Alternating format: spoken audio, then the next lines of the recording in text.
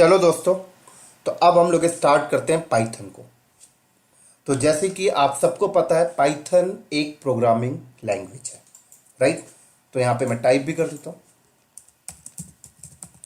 Python क्या है, सब लोग क्या समझते हैं पाइथन को? तो पाइथन है क्या? एक प्रोग्रामिंग लैंग्वेज, राइट। और अगर आप थोड़ा सा एक स्टेप और आगे निकले तो लोग पाइथन को क्या बोलते हैं? Python is general purpose higher level language, यही बोलते हैं पाइथन को लोग। क्या बोलते हैं लोग पाइथन को? पाइथन एक जनरल पर्पस और हाई लेवल लैंग्वेज है। क्या है? High level language, right. तो ये जो तीन वर्ड मैंने आपके सामने लिखे हैं, एक पाइथन को लोग क्या बोलते हैं? प्रोग्रामिंग लैंग्वेज, और आगे निकल के क्या बोलते हैं? General purpose high level language. ये तीनों वर्ड को हम लोग समझेंगे डायग्राम के फॉर्मेट में, राइट। तो चलो डायग्राम के फॉर्मेट में हम लोग इसको समझते हैं। ये एक इंसान है और ये एक इंसान है, ठीक है। इंसान का थोड़ा सा फोटो इमेज अच्छे से बना लेते हैं हम लोग यहां पर।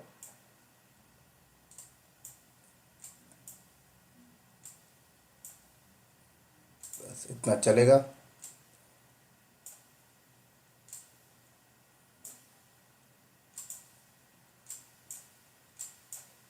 चलो, ये दो इंसान है, ठीक है। और ये एक कंप्यूटर है, ये कंप्यूटर है। कंप्यूटर ले लें या फिर आप मोबाइल डिवाइस ले लें या कोई भी इलेक्ट्रॉनिक डिवाइस आप ले लें,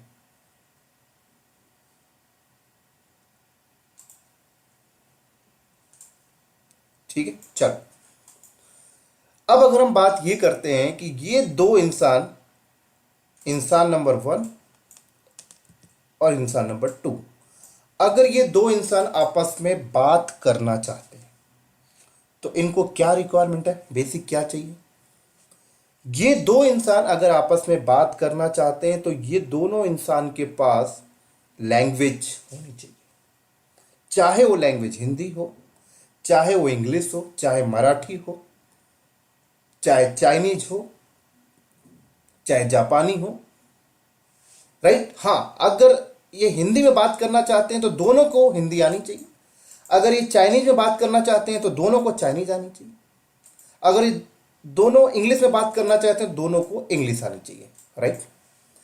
लेकिन यहां पर एक स्टेप अगर और आगे हम लोग निकले तो लैंग्वेज के साथ साथ उस लैंग्वेज के अंदर बने हुए शब्द भी इन्हें पता होना चाहिए, क्योंकि आपस में ये लैंग्वेज का इस्तेमाल तो करते हैं, लेकिन उस लैंग्वेज के शब्द के थ्रू ये लोग आपस में बात करते हैं, जो वर्ड होते हैं, है ना।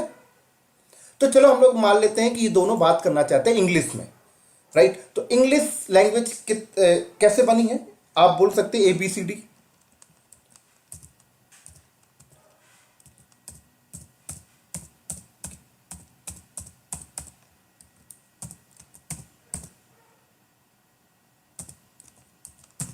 चलो, तो पूरी की पूरी इंग्लिश लैंग्वेज इतने ABCD 26 कैरेक्टर में ही बनी है। इसी 26 कैरेक्टर में इंग्लिश के सारे शब्द बनाए गए हैं, राइट। और जब हम लोग बात करते हैं आपस में तो उन शब्द का इस्तेमाल करते हैं, उस वर्ड का इस्तेमाल करते हैं।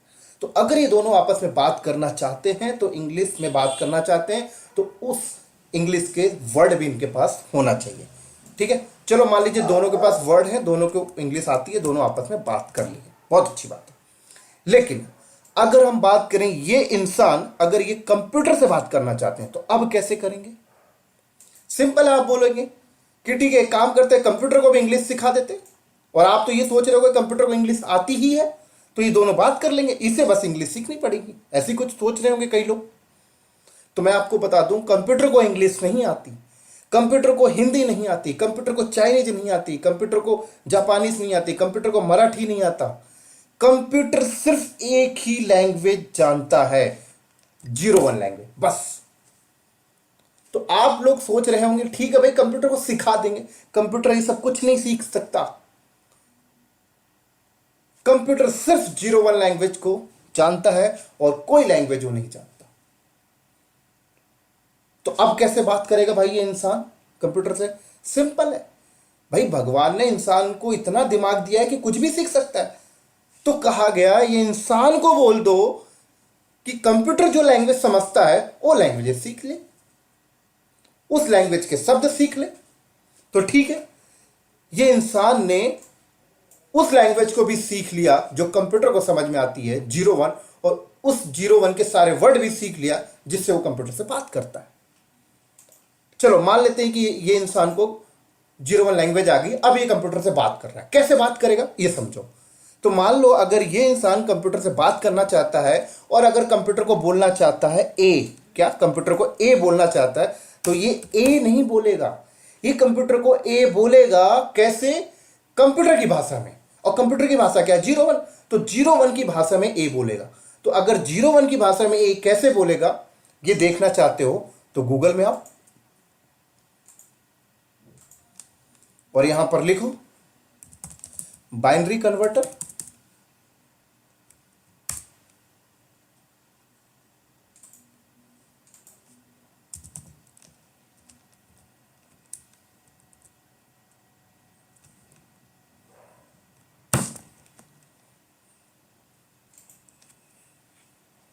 राइट, यहां पे टाइप करो ए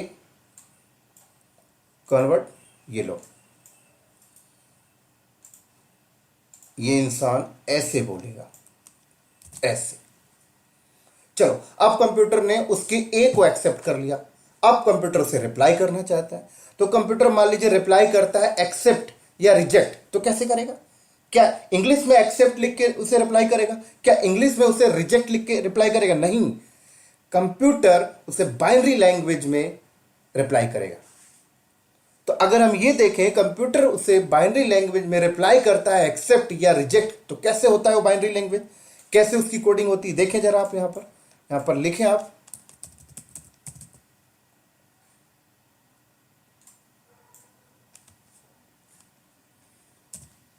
कंप्यूटर ने बोला रिप्लाई किया उसे एक्सेप्टेड, तो देखो कुछ इस तरीके से रिप्लाई करेगा।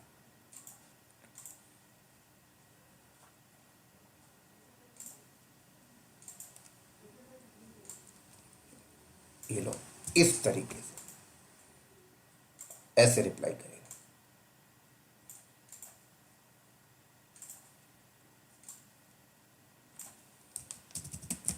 एक्सेप्टेड।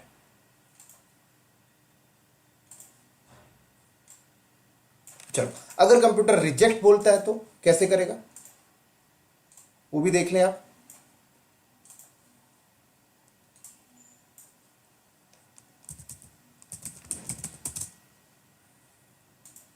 ये लो,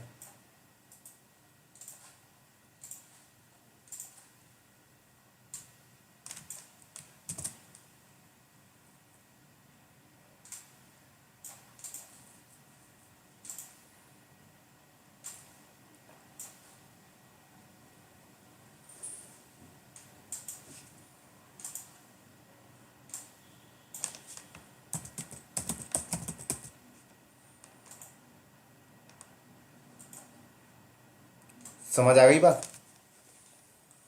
तो ये इंसान को ये सारी चीजें सीखनी पड़ेगी। अच्छा कंप्यूटर ने ऐसा बोला है तो ये अच्छा ये एक्सेप्टेड बोला है, कंप्यूटर ने ऐसा रिप्लाई आउटपुट दिया तो अच्छा रिजेक्टेड बोला है ना। अब मान लो ये इंसान कंप्यूटर से बोलना चाहता है हेलो क्लाउड नॉलेज, कैसे बोलेगा? हेलो क्लाउड नॉलेज को भी बाइनरी लैंग्वेज में बोलेगा, 01। चलो देखते हैं भाई कैसा आएगा निकल के हेलो क्लाउड नॉलेज।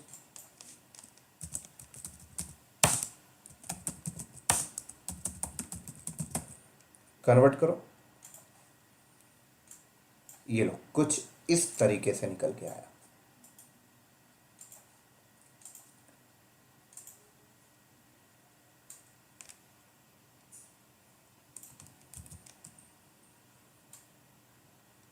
कुछ इस तरीके से।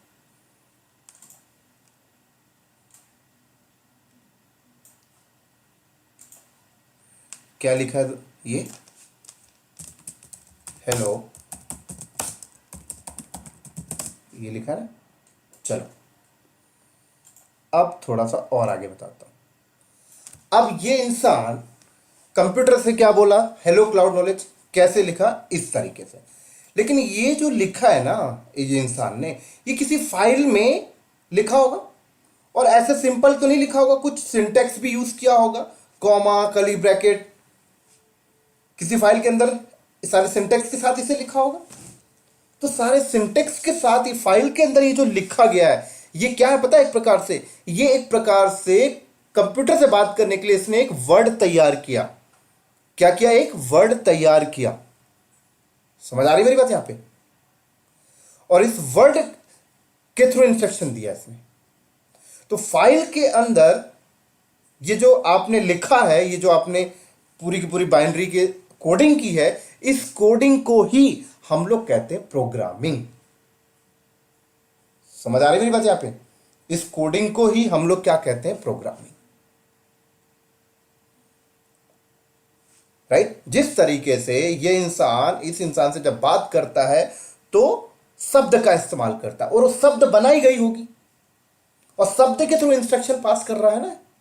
तो ऐसे ही हम जब ये इंसान जब कंप्यूटर से बात करता है तो वो क्या करता है? हेलो क्लाउड नॉलेज बोलना चाहता है, तो एक फाइल के अंदर वो पूरी की पूरी कोडिंग करेगा अपना, उसकी पर्टिकुलर सिंटेक्स के तौर पे वो फाइल बनाएगा, उस फाइल के थ्रू कॉल करेगा, उसे इंस्ट्रक्शन पास करेगा। उसको कहते हैं हम लोग प्रोग्रामिंग। क्या कहते हैं? इसी को कहा जाता है कोडिंग।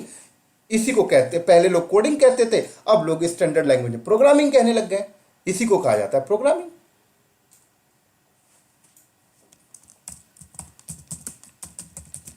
राइट?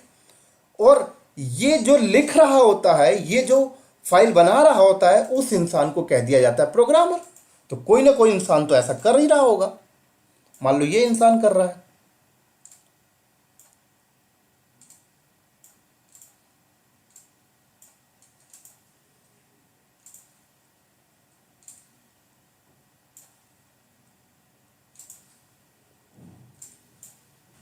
ठीक है, ये इंसान कर रहा है ये काम,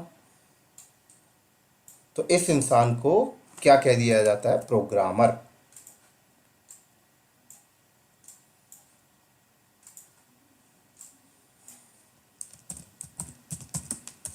इसको कह दिया गया प्रोग्रामर।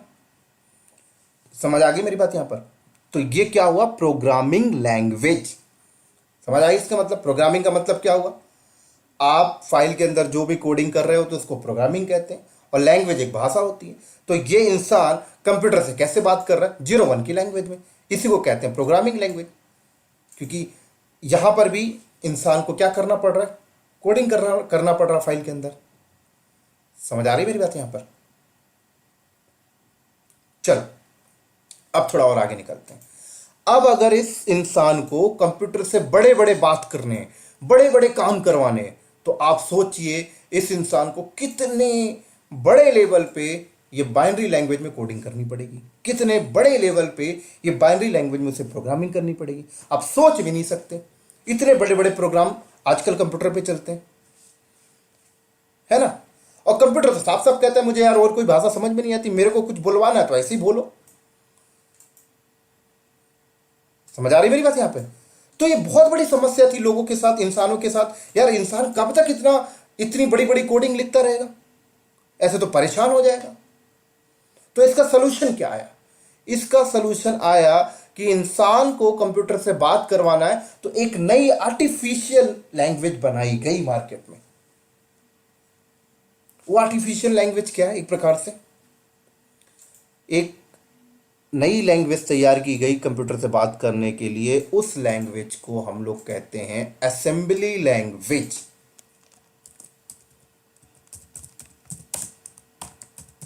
क्या कहते हैं? Assembly language.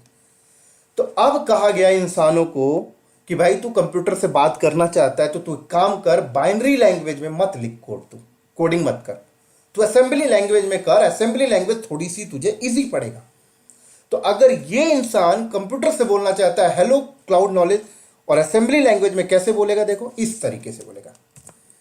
कुछ अल्फाबेटिक आ जाएंगे यहां पर, ऐसे आगे जैसे फॉर एग्जांपल ये लो, क्लाउड बोलना चाहता CLO10, ये लो, ये एग्जांपल बता रहा हूं मैं आपको। नॉलेज बोलना चाहता है KNOW101, ये लो, बस इतना। मतलब अल्फाबेटिक विथ न्यूमेरिक। तो कहीं ना कहीं इससे तो थोड़ा सा इजी पड़ा इंसानों को। तो इंसान ने बोला यार बाइनरी लैंग्वेज से तो थोड़ा सा इजी है, इसी में हम लोग कोडिंग कर लेंगे, इसी में हम लोग प्रोग्रामिंग कर लेंगे कंप्यूटर से बात करने के लिए।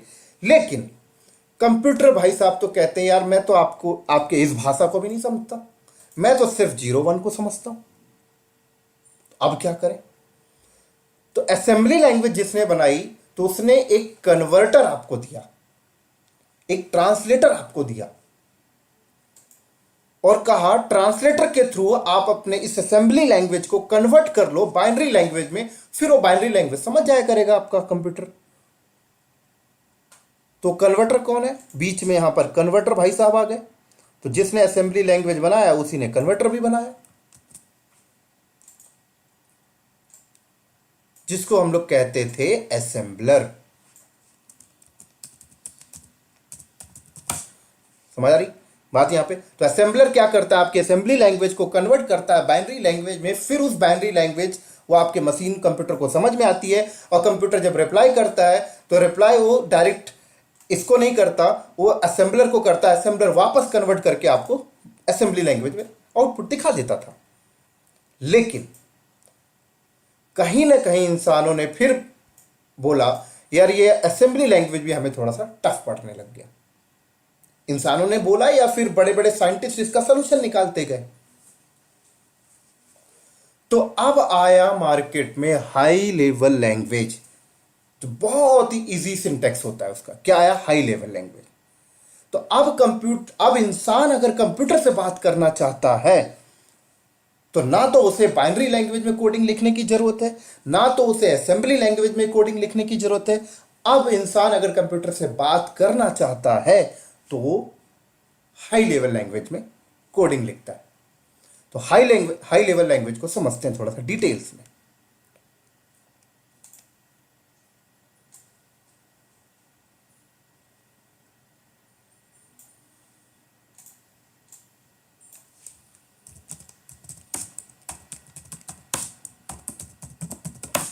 राइट। तो अगर ये इंसान कंप्यूटर से हाई लेवल लैंग्वेज में बोलना चाहता है हेलो क्लाउड नॉलेज, तो कैसे बोलेगा, देखिए जरा आप यहां पर सिंपल सा लिखेगा प्रिंट हेलो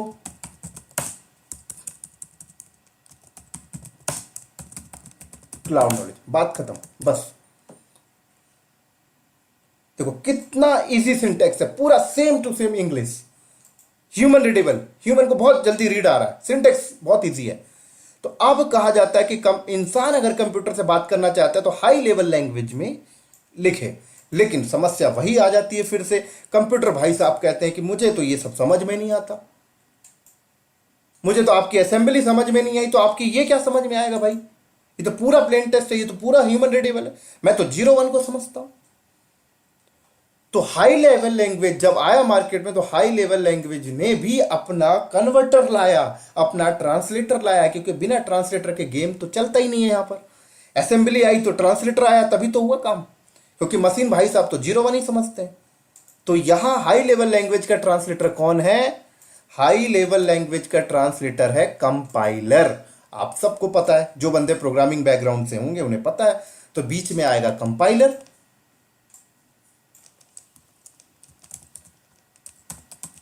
तो कंपाइलर भाई साहब क्या करेंगे, कंपाइलर भाई साहब आप कि इस हाई लेवल लैंग्वेज को कन्वर्ट करेंगे बाइनरी लैंग्वेज में, और बाइनरी लैंग्वेज से समझ में आ जाएगी कंप्यूटर को।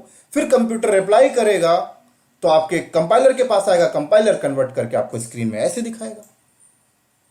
समझ आ रही मेरी बात यहां पर। तो आजकल आईटी इंडस्ट्री में जो भी आदमी कंप्यूटर से बात करना चाहता है सब हाई लेवल लैंग्वेज से बात करते हैं। अब वो हाई लेवल लैंग्वेज कौन कौन से होते हैं बताता हूं थोड़ा सा। उससे पहले आप यहां पर समझें कि प्रोग्रामिंग लैंग्वेज कितने टाइप के होते हैं। तो यहां पे हम लोग पहले समझते हैं types of programming language.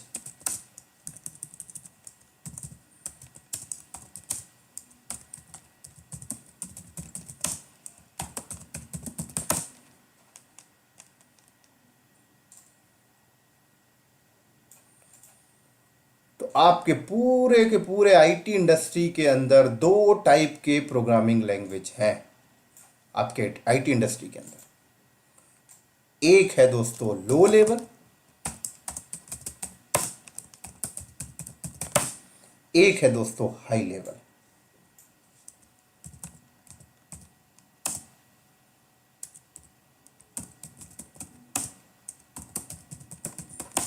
Right.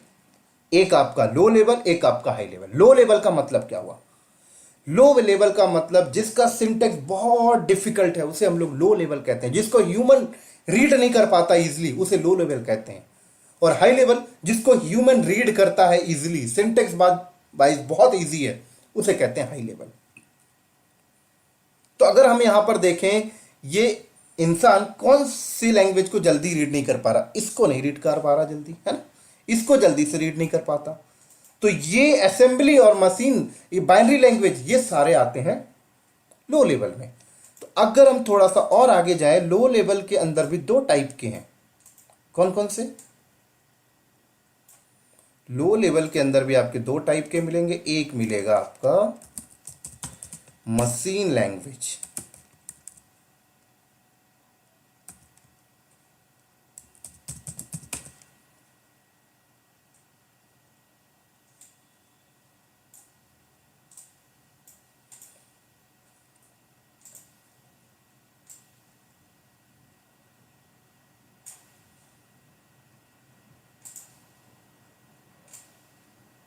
और एक आपका मिलेगा असेंबली लैंग्वेज।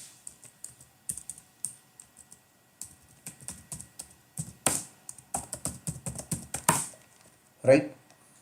तो मशीन लैंग्वेज इसी को कहा जाता है, बाइनरी को ही मशीन लैंग्वेज भी बोलते हैं, 0 1 को ही मशीन लैंग्वेज बोलते हैं।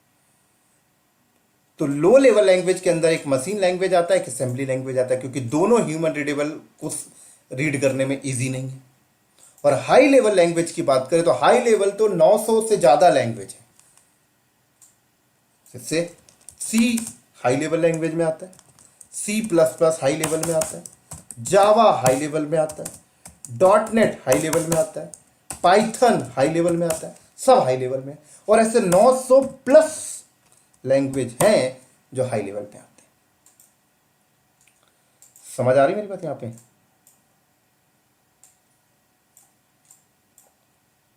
ये सब हाई लेवल में। तो हम लोग आजकल कंप्यूटर से हाई लेवल लैंग्वेज के थ्रू ही बात करते हैं। लेकिन अब आप बोलोगे सर ये 900 से ज्यादा हाई लेवल लैंग्वेज है, तो आपने यहां पर पाइथन में क्यों लिखा हायर लेवल लैंग्वेज? राइट, क्योंकि पाइथन भी उसी का पार्ट है। लेकिन पाइथन थोड़ा सा और अच्छा हाई लेवल समझो उसको। क्यों? समझाता हूं, देखो। अभी मैंने, ये इंसान कंप्यूटर से वो क्या बोलना चाहता था, हेलो क्लाउड नॉलेज। तो ये जो सिंटेक्स है ना, ये पाइथन का सिंटेक्स है। लेकिन अगर ये इंसान सी लैंग्वेज में कंप्यूटर से बोलना चाहता है हेलो क्लाउड नॉलेज, तो देखो कितना बड़ा सिंटेक्स बनेगा। देखो जरा, चलो गूगल में।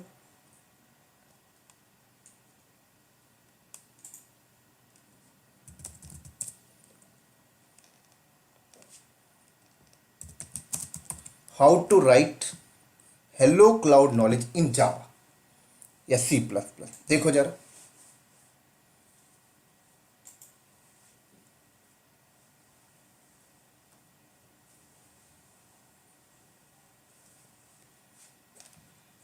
तो ये देखो,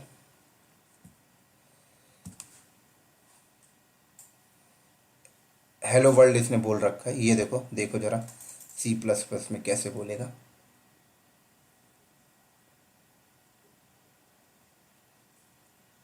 ये लो। तो अगर ये इंसान पाइथन हाई लेवल लैंग्वेज के थ्रू कंप्यूटर से हेलो क्लाउड नॉलेज बोलना चाहता है तो इतनी सिंपल सिंटेक्स में बोल देगा। लेकिन अगर सी में बोलना चाहता है तो कैसे बोलेगा, देखे जरा। सी में ऐसे इसे बोलना पड़ेगा, ये लो एस, ये बड़ा सिंटेक्स में। और अगर जावा में बोलना चाहता है तो देखें जरा, जावा में भी है, सारे में ना, C++ में भी है। नीचे आते हैं,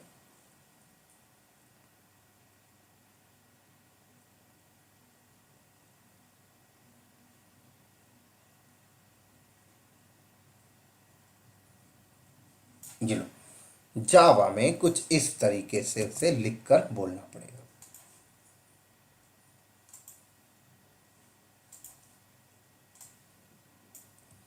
इस तरीके से उसे बोलना पड़ेगा। तो अगर आपसे पूछा जाए हाई लेवल लैंग्वेज में और अच्छा इजी सिंटेक्स किसका है, तो आप बोलोगे पाइथन का है।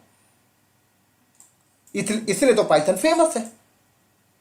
ऐसा क्यों है ये भी तो समझना इंपॉर्टेंट है ना आपके लिए, कि भाई जावा में इतना बड़ा कोड लिख रहे हो, सी में इतना बड़ा लिख रहे हो, पाइथन में इतनी सी लिखने में क्यों काम हो जा रहा है?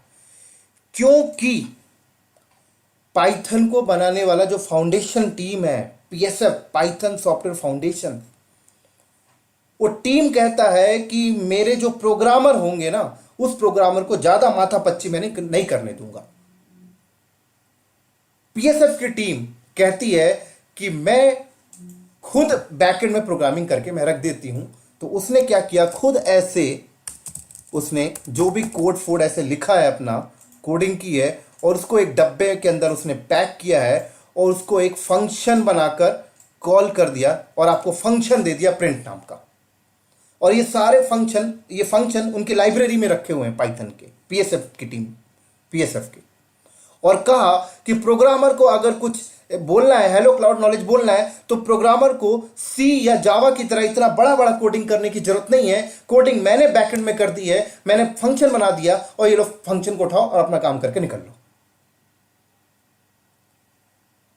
तो देखा जाए, सी में जो कोडिंग प्रोग्रामर करता है, जावा में जो कोडिंग प्रोग्रामर करता है, वो प्रोग्रामिंग पाइथन की जो टीम है, पीएसएफ, पाइथन सॉफ्टवेयर फाउंडेशन, उनकी टीम के डेवलपर ने खुद करके रख दिया, फंक्शन बना के आपको दे दिया, बोला ये उठाइए फंक्शन, अपना काम करिए और निकलिए। इतना माथा पच्ची आप क्यों कर रहे हैं? तो प्रोग्रामर को इजी कर दिया। समझ आ रही मेरी बात यहां पर? तो इसी तरीके से अगर मान लीजिए, अगर आप कोई सॉफ्टवेयर बनाना चाहते हैं, मान लीजिए यहां पर एक क्लाउड नॉलेज है, क्लाउड नॉलेज ने सोचा कि यार मैं कुछ सॉफ्टवेयर बनाता हूं। तो अगर क्लाउड नॉलेज कुछ सॉफ्टवेयर बनाएगा, एक बड़ा प्रोजेक्ट बनाएगा, तो आप सोचिए जैसे ये प्रिंट वाला फंक्शन है, ऐसे कितने सारे टास्क परफॉर्म करने पड़ेंगे पूरे के पूरे, राइट? तो अगर एक सॉफ्टवेयर बनाता है क्लाउड नॉलेज और जावा को चूज करता है, तो सोचिए कितनी सारी लाइन की कोडिंग करनी पड़ेगी। या सी को चूज करता है तो कितनी सारी लाइन की कोडिंग करनी पड़ेगी। लेकिन अगर पाइथन को मैं चूज करता हूं, तो मुझे ज्यादा कोडिंग करनी नहीं है। मैं तो ऐसे कितने सारे फंक्शन पीएसएफ ने बना बनाकर अपनी लाइब्रेरी में अपलोड कर रखा है। मैं सिर्फ वो फंक्शन को उठाऊंगा, सिंटेक्स लूंगा, उनके फंडामेंटल को लूंगा, और फटाफट इधर से उधर से जोड़ के अपना सॉफ्टवेयर बना के जल्दी से जल्दी दे दूंगा। जल्दी भी बन जाएगा, सिंटेक्स वाइज भी इजी रहेगा। तो यही तो चाहिए ना आजकल लोगों को। समझ में आ रही मेरी बात यहां पे? तो जो लोग सोचते हैं कि पाइथन इतना इजी सिंटेक्स क्यों है, उनका आंसर ये है दोस्तों, क्योंकि पाइथन को मैनेज करने की जो फाउंडेशन टीम है, जो पाइथन सॉफ्टवेयर फाउंडेशन टीम है, वो ये सोच के काम करते हैं वो लोग कि प्रोग्रामर को इजी रखो। हम बैकएंड में सारे ताम जाम फैला के हम लोग रख लेते हैं, हम मैनेज कर लेंगे, इजी कर दो उनको। ऐसा क्यों पता है? क्योंकि पाइथन को जिसने बनाया है ना, ग्यूडो वैन रॉसम, यो नाम है जिस बंदे ने पाइथन को बनाया, वो जब अपने ज़माने में कंपनी में काम करता था, तो उसे जब सॉफ्टवेयर बनाने होते थे तो सी में बनाया करता था। तो बहुत परेशान हो जाता था, यार ये क्या है इतना लंबा लंबा कोडिंग। तो इस परेशानी की वजह से उसने ऐसा काम कर दिया, यार मैं झेलता हूं परेशानी, आगे आने वाली पीढ़ी को परेशानी नहीं देना है। समझ आ रही मेरी बात यहां पे?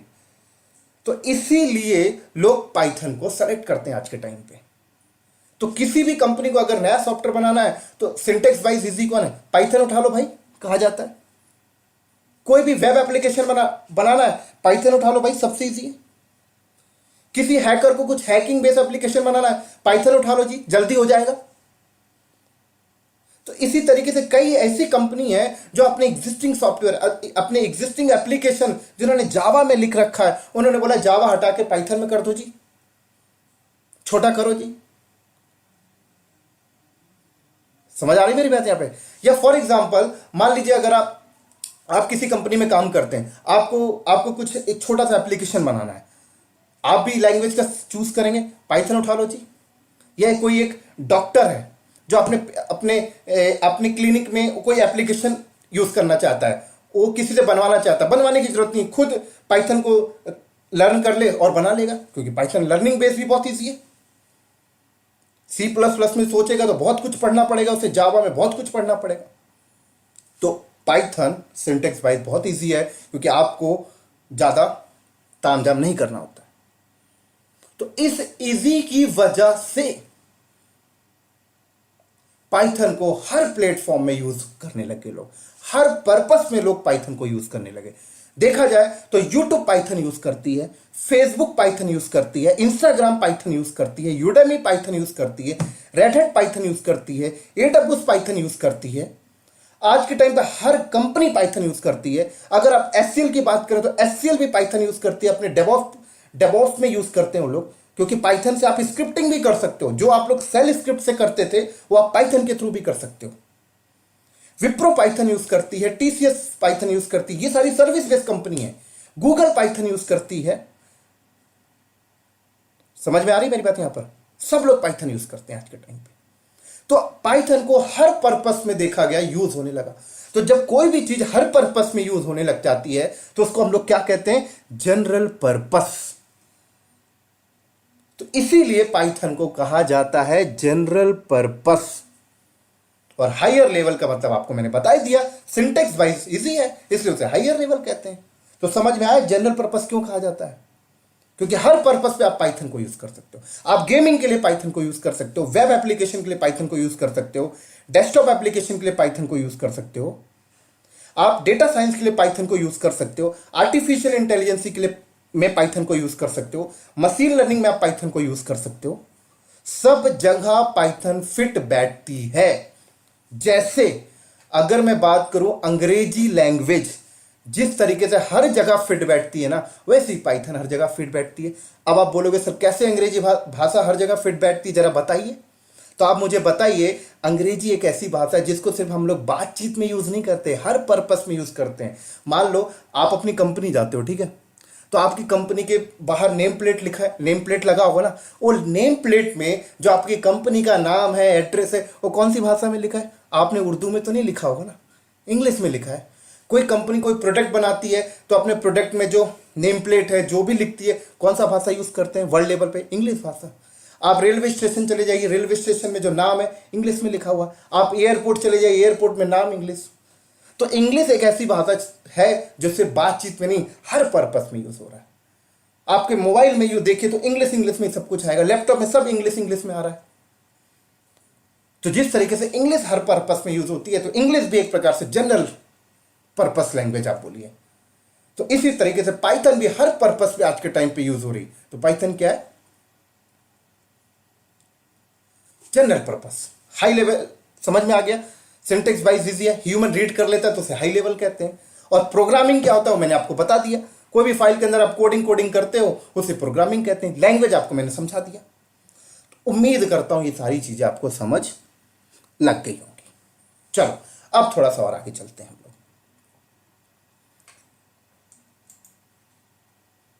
अब हम लोग यहां पे थोड़ा सा और आगे चलते हैं।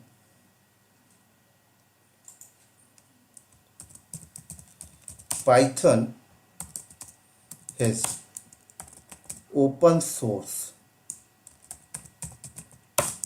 And free language. पाइथन क्या है दोस्तों? ओपन सोर्स और फ्री लैंग्वेज है। इसका मतलब क्या हुआ? पहले समझो ओपन सोर्स, फिर समझाऊंगा फ्री। ओपन सोर्स का मतलब देखो क्या होता है।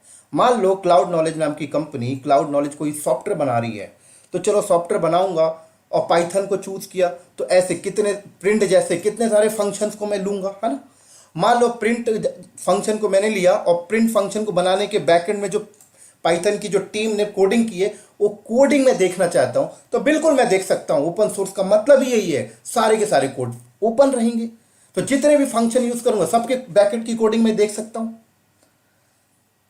यही तो मतलब है ओपन सोर्स का मतलब। तो ये ओपन सोर्स हो गया। फ्री का मतलब क्या हुआ? फ्री का मतलब ये हुआ कि अगर मैं पाइथन लैंग्वेज को यूज करके कोई सॉफ्टवेयर बनाता हूं, कोई प्रोडक्ट बनाता हूं और उसको मार्केट में अपने क्लाइंट को, अपने कस्टमर को सेल आउट करता हूं ना, तो सेल आउट करने के बाद एज अ कॉमर्शियल हो गया, मैं सेल आउट कर रहा हूं, मैं पैसे कमा रहा हूं।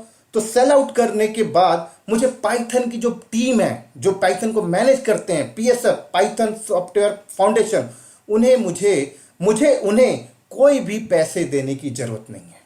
कोई भी सर्विस चार्ज देने की जरूरत नहीं है कि मैंने आपकी लैंग्वेज को यूज करके कोई प्रोडक्ट बनाया, उससे मैं मार्केट में पैसे कमा रहा हूं। पाइथन की टीम मुझसे कोई पैसे नहीं मांगेगी। यही मतलब होता है फ्री का। लेकिन अगर मैं जावा लैंग्वेज को यूज करके कोई प्रोडक्ट बनाता और मार्केट में सेल आउट करता, तो जावा को मैनेज करने वाली जो ऑर्गेनाइजेशन है वो मुझसे पैसे मांगती, क्योंकि जावा फ्री नहीं है। ओपन सोर्स तो है बट फ्री नहीं है। और पूछा जाए जावा को कौन मैनेज करता है आज के टाइम पे, तो जावा जब मार्केट में आई थी तो सन माइक्रो सिस्टम ने लाया था, राइट। लेकिन सन माइक्रो सिस्टम, ऑरेकल ने सन माइक्रो सिस्टम से उसे परचेज कर लिया था।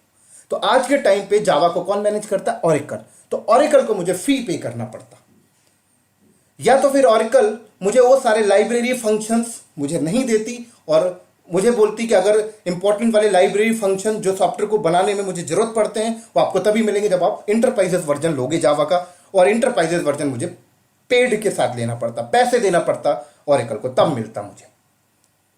तो समझ में आया पाइथन की इंपॉर्टेंसी। ओपन सोर्स है विथ फ्री लैंग्वेज है, तो फ्री लैंग्वेज होने की वजह से कंपनी इसका फायदा उठाती है। भाई अगर कोई कंपनी जावा में सॉफ्टवेयर बना के मार्केट में सेल आउट कर रही है और हर महीने 1 करोड़ कमाती है, मान लीजिए वो कंपनी सॉफ्टवेयर बना के, तो 30 लाख रुपए ऑरेकल को देना पड़ता है भाई, क्योंकि ऑरेकल का प्रोडक्ट, ऑरेकल के प्रोडक्ट से आपने अपना प्रोडक्ट तैयार करके मार्केट में बेचा है ना। लेकिन अगर वही कंपनी पाइथन में ये चीज करके बेचेगी तो पाइथन बनाने वाली कंपनी को कोई पैसे देने की जरूरत नहीं है, पूरा का पूरा 1 करोड़ प्रॉफिट में हुआ। तो इसीलिए तो हर कंपनी पाइथन को सेलेक्ट कर रही है। समझिए, क्रोनोलॉजी समझिए यहां पर क्यों पाइथन बूम पे चल रहा है। पैसा बचा रही है ये कंपनी का, राइट। इसलिए एग्जिस्टिंग कंपनी के जो एग्जिस्टिंग सॉफ्टवेयर्स हैं, जो जावा में लिखे गए हैं, जो सी में लिखे गए, उन्हें हटा के पाइथन में इसलिए लिखा जा रहा है, पैसे बचाना है। और कौन नहीं चाहता पैसे, कॉस्ट कटिंग। वो 30 लाख बचेगा, किसी डेवलपर को हायर कर लेंगे 30 लाख में, वो 30 लाख बचेगा, 10 लाख में डेवॉप्स इंजीनियर हायर कर लेंगे। ये तो 30 लाख, एक मैं बता रहा हूं, कई कंपनी ऐसे हो तो 30-30 करोड़ देते होंगे। समझ में आ रही बेनिफिट क्या हुआ पाइथन के आने का इंडस्ट्री को। चलो और आगे बात करते हैं।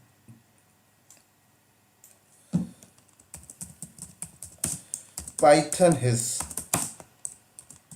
Cross platform language.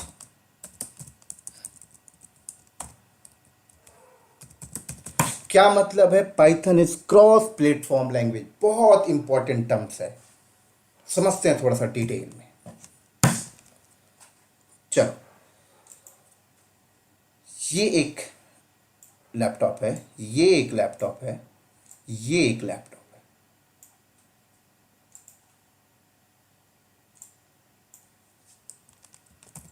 है। ये विंडोज लैपटॉप है, ये आपका लिनक्स लैपटॉप है, लिनक्स ओएस है, ये आपका मैक है, ठीक है। चलो, ये एक डेवलपर है,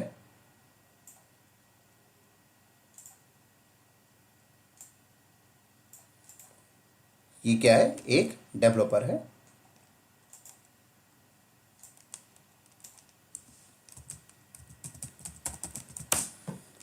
इसने एक सॉफ्टवेयर बनाया और सॉफ्टवेयर बनाने की इसने कोडिंग लिखी, ठीक है। ये इसने कोडिंग लिखी, ये कोडिंग लिखी उसने। चलो, तो डेवलपर ने जो कोडिंग लिखी है, इस कोडिंग को हम लोग क्या बोलते हैं, बोलेंगे सोर्स कोड। क्या है दोस्तों, ये सोर्स कोड, ठीक है। अब ये सोर्स कोड इसमें तो चलेगा नहीं, इसमें तो चलेगा नहीं, इसमें तो चलेगा नहीं, तो हमें क्या करना होता है, सोर्स कोड को कंपाइल करते हैं हम लोग, है ना। तो ये रहा कंपाइलर,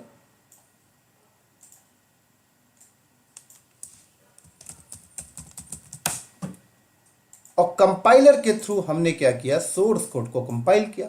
तो कंपाइल करके इसने क्या बनाया, कंपाइल करके इसने बनाया मशीन कोड, जो मशीन को समझ में आती है। तो इसने मशीन कोड बनाया, लो इस तरीके से 01010101, यही तो मशीन को समझ में आएगी ना। तो चलो, इसने मशीन कोड बना दिया। अब सवाल यह है कि ये जो मशीन कोड है वो विंडो में चलेगी या लिनक्स में चलेगी या मैक में चलेगी या तीनों में चलेगी, राइट। तो ये जो हम लोग बात कर रहे हैं ये सी लैंग्वेज के केस में हम लोग अभी बात कर रहे हैं। सी लैंग्वेज में, सी लैंग्वेज का स्ट्रक्चर है ये पूरा, ये जो मैंने अभी बताया आपको, ये वाला पोर्शन। तो मैं ये पूछ रहा हूं कि एक डेवलपर अगर सी लैंग्वेज में कोडिंग किया, उसने कंपाइल किया, कंपाइल करके मशीन कोड बना, अब ये मशीन कोड क्या विंडो में चलेगी या लिनक्स में चलेगी या मैक में चलेगी या फिर तीनों में चलेगी? तो दोस्तों ये डिपेंड करता है कि आपने कंपाइलर कौन सा यूज किया। तो मान लो अगर आपने कंपाइलर यूज किया टर्बो, तो टर्बो कंपाइलर बोलता है कि मैं जो सोर्स कोड को उठा के जो मैं कंपाइल करके जो मशीन कोड बनाता हूं, और अगर मशीन कोड बनाने में टर्बो कंपाइलर यूज किया गया है तो ये मशीन कोड सिर्फ विंडोज में सपोर्ट करेगा, लिनक्स में नहीं करेगा, क्योंकि ये टर्बो कंपाइलर .exe एक्सटेंशन बना के देगा आपको, और ये विंडोज में सपोर्ट करेगा, लिनक्स में नहीं करेगा, राइट। तो ये क्या हो गया? Platform dependent. क्या हो गया? Platform dependent, right. तो अगर लिनक्स में चलवाना है तो क्या करना पड़ेगा?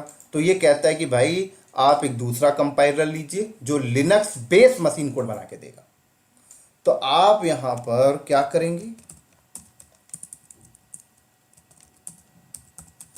दूसरा कंपाइलर लेंगे, और कौन सा कंपाइलर लेंगे? लिनक्स बेस कंपाइलर कौन सा आता है? जीसीसी।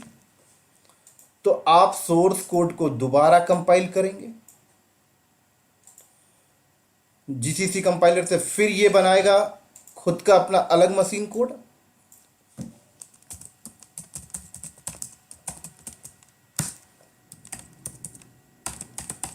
ये अपना अलग बनाया, और ये मशीन कोड अब रन होगा लिनक्स में, ये मैक में भी नहीं होगा। तो अगर मैक में करना है तो फिर ये कहता है कि आप मैक बेस कंपाइलर यूज करिए, ऐसा कंपाइलर यूज करिए जो मशीन कोड बनाए और मैक में सपोर्ट करे। तो फिर हमें इस सोर्स कोड को दोबारा कंपाइल कर तीसरी बार कंपाइल करनी पड़ेगी, और मैक बेस कंपाइलर कौन सा आता है? LLVM, right. जो बंदे सी पढ़े उन्हें पता ही चीज है।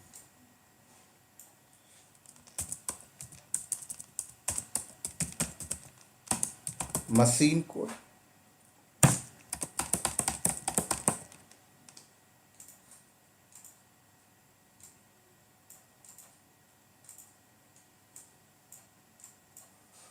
ये लो। तो सी लैंग्वेज में कैसे होता था? सी लैंग्वेज देखा जाए तो क्रॉस प्लेटफॉर्म नहीं थी, लेकिन पाइथन क्रॉस प्लेटफॉर्म। पाइथन में एक ही बार कंपाइल करना पड़ता है, बार बार नहीं। यहां पर देखा जाए तो बार बार कंपाइल करना पड़ रहा है। इस सोर्स कोड को बार बार आप कंपाइल कर रहे हो, एक बार विंडो के लिए, एक बार लिनक्स के लिए, एक बार मैक के लिए। और सी में तो कई बार ऐसा होता है कि सोर्स कोड भी आपको चेंज करना पड़ता है, क्योंकि टर्बो कंपाइलर कहता है कि मैं सोर्स कोड के जिस सिंटेक्स को मैं सपोर्ट करता हूं, जीसीसी कंपाइलर उस सिंटेक्स को नहीं करता सपोर्ट। तो सोर्स कोड के सिंटेक्स भी कई बार बदलने पड़ जाते हैं। ऐसी LLVM कहता है कि जो सिंटेक्स जीसीसी समझता है वो सिंटेक्स मैं नहीं समझता, तो सोर्स कोड को बदलना पड़ जाता है, मॉडिफाइड करना पड़ता है। समझ में आ रही है? ये होता था सी में, तो इसलिए सी क्रॉस प्लेटफॉर्म नहीं है। लेकिन पाइथन को मैंने क्या बोला? Python is a cross platform. तो पाइथन में कंपाइल एक ही बार करना पड़ेगा, राइट, बार बार कंपाइल करने की जरूरत नहीं है। तो पाइथन में कैसे होता है समझिए। तो ये जैसे सोर्स कोड था, ये सोर्स कोड था, तो ये सोर्स कोड को हमने एक बार किया कंपाइल, एक ही बार कंपाइल करना पड़ेगा आपको। यहां पर पाइथन के केस में बता रहा हूं ये। और पाइथन के केस में जब हम लोग कंपाइल करते हैं तो कंपाइल करके ये मशीन कोड नहीं बनाता सी की तरह, ये बनाता है बाइट कोड। क्या बनाता है ये? बाइट कोड बनाएगा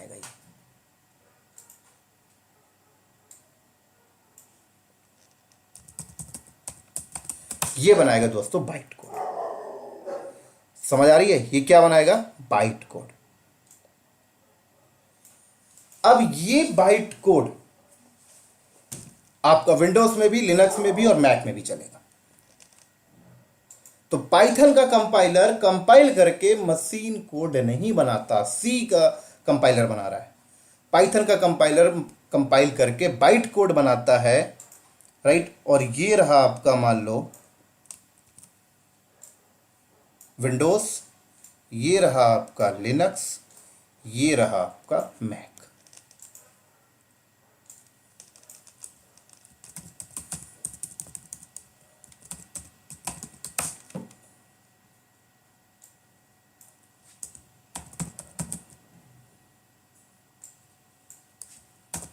ये रहा आपका मैक, राइट। तो ये बाइट कोड आपका विंडोज में भी चलेगा, ये बाइट कोड लिनक्स में भी चलेगा, ये बाइट कोड मैक में भी चलेगा। लेकिन कैसे चलेगा ये भी समझना इंपॉर्टेंट है, राइट। क्योंकि बाइट कोड जो निकल के आता है वो बाइट कोड कुछ इस तरीके से निकल के आता है, जैसे ये बाइट कोड निकल के आया, ये देखो ये बाइट कोड निकल के आया। लेकिन आप बोलोगे सर ये बाइट कोड, अच्छा ये बाइट कोड है तो ये बाइट कोड इसमें कैसे चलेगा, ये तो भाई मशीन कोड को समझता है। ये बाइट कोड इसमें कैसे चलेगा तो मशीन कोड समझता है, ये कैसे चलेगा तो मशीन कोड समझता है। यही तो आपके दिमाग में आएगा ना सवाल, बताता हूं कैसे। उसके लिए पाइथन की फाउंडेशन टीम ने बोला कि इस बाइट कोड को अगर आप इनमें चलाना चाहते हो तो आप एक काम करो, मैं एक सॉफ्टवेयर बना के तैयार किया मैंने, उस सॉफ्टवेयर का नाम है पीवीएम, पाइथन वर्चुअल मशीन। वो सॉफ्टवेयर पहले इन सिस्टम में डालो। विंडोज के लिए मैंने अलग अलग पीवीएम बनाया है, लिनक्स के लिए मैंने अलग पीवीएम बनाया, मैक के लिए मैंने अलग पीवीएम बनाया। तो पाइथन की टीम कहती है कि बाइट कोड को अगर इस पर चलवाना है तो पहले एक काम करो, इसमें पीवीएम डालो। तो चलो पीवीएम यहाँ पे इंस्टॉल किया गया, साइड में मिल जाता है।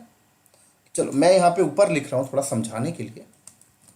पीवीएम कहाँ डाला गया, इस मशीन के अंदर डाला गया, ठीक है। ये पीवीएम इंस्टॉल हो गया, मान लीजिए ये पीवीएम इसमें इंस्टॉल हो गया।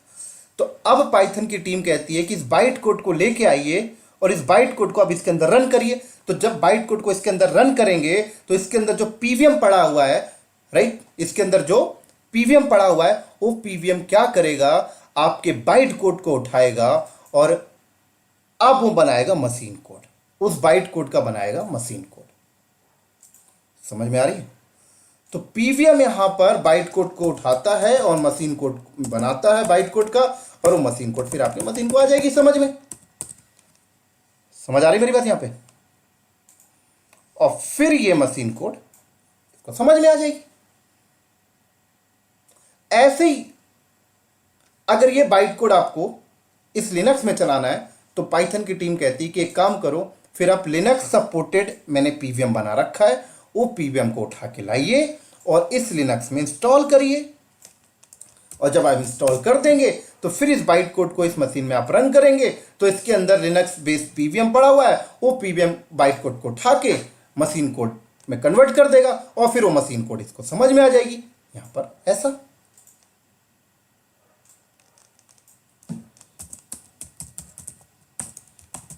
समझ आ रही बात यहां पर? फिर ये इसे समझ लग जाएगी। और ऐसे मैक में चलवाना है तो यही बाइट कोड को आप उठा के लाइए और मैक बेस मैंने पीवीएम बना रखा है, तो मैक बेस पीवीएम को आप यहां पे इंस्टॉल करिए। फिर मैक बेस पीवीएम क्या करेगा, बाइट कोड को उठा के मशीन कोड में कन्वर्ट करेगा जो मैक पे सपोर्ट कर जाएगा। फिर ये बना देगा आपका मशीन कोड।